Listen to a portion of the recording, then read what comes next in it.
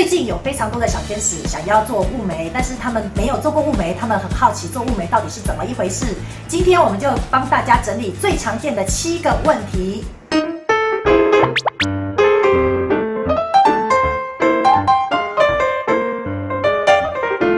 首先最常见的问题 No.1， 老师，雾眉会不会很痛呢？这个是最多人问的。雾眉会不会很痛呢？我个人觉得是还好，因为我看我蛮多店内的客户在做雾眉的时候，有很多人是一边做一边打电动，或者是有人一边做一边睡觉的，通通都有。当然，少数的人可能会稍微有一点点敏感的话，可能会有一点点的感觉，但是会不会很痛呢？我个人应该觉得应该还好哦。要如何保养呢？保养的话呢，其实是非常的简单的，只要我们在做完眉毛的时候呢，因为我们当天有伤口，所以我们就要给我们的皮肤擦拭食盐水，把组织液给擦掉，这样子就是避免它结后痂。做完的当天呢，每半个小时擦拭一次生理食盐水。那如果你是比较有时间的话呢，你也可以采用湿敷的方式，就是用化妆棉沾食盐水下去湿敷你的眉毛，那轻轻的把组织液带掉。之后呢，第2天到第5天呢，一样如法炮制，大概1天6次湿敷就可以了。那如果你想要知道后续到底要怎么详细的保养呢，请按这部影片，我有拍过一部雾眉后的保养须知。会不会很贵呢？这个问题呢，其实反映的就是市场上的一些状况，就是我们通常做雾眉有分高价、中价和低价。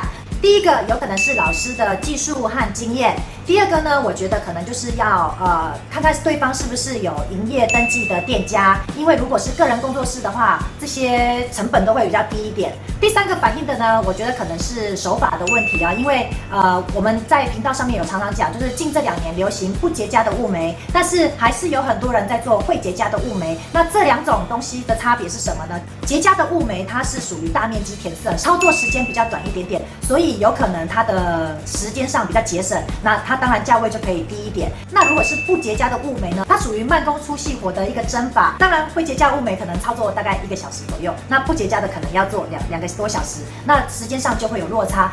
那如果你想要知道详细的不结痂雾眉与结痂雾眉的话，你可以点上面这部影片哦。可以维持多久呢？我们现在做的呢，通常是半永久纹绣，大概是可以维持1到3年。我们在影片上也常常讲到，如果是那种永久型的雾眉的话，现在大家比较不敢做那一种，因为那种就比较偏向于永久性的色料。那永久性的色料可能会含有一些重金属，褪色之后5到10年可能会有一点青青蓝蓝的那个样子。需要多久时间呢？我们做一次雾眉呢，如果是会结痂的雾眉呢，大概前后大概我觉得1个半小时就可以搞定了。那如果是不结痂的精致雾眉呢，大概是可能要大概2个半小时到3个小时。会不会像蜡笔小新一样呀？对，就是如果你刚刚做的是会结痂的雾眉，就会比较像蜡笔小新；那如果你是做不结痂的雾眉，就不会像蜡笔小新了。什么样的人需要雾眉呢？其实什么样的人需要雾眉？其实我觉得大家都很适合做雾眉。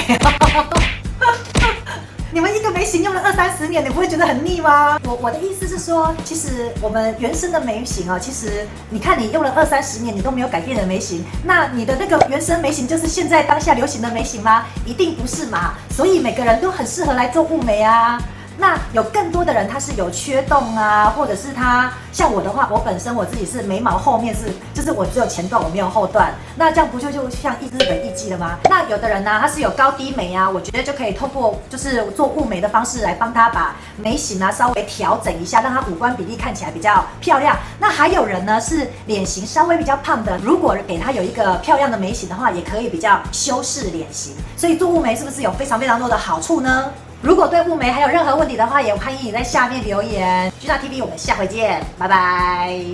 你刚刚问题好多，你问题好多，你问题好多，你这样子我这样回答得很累耶。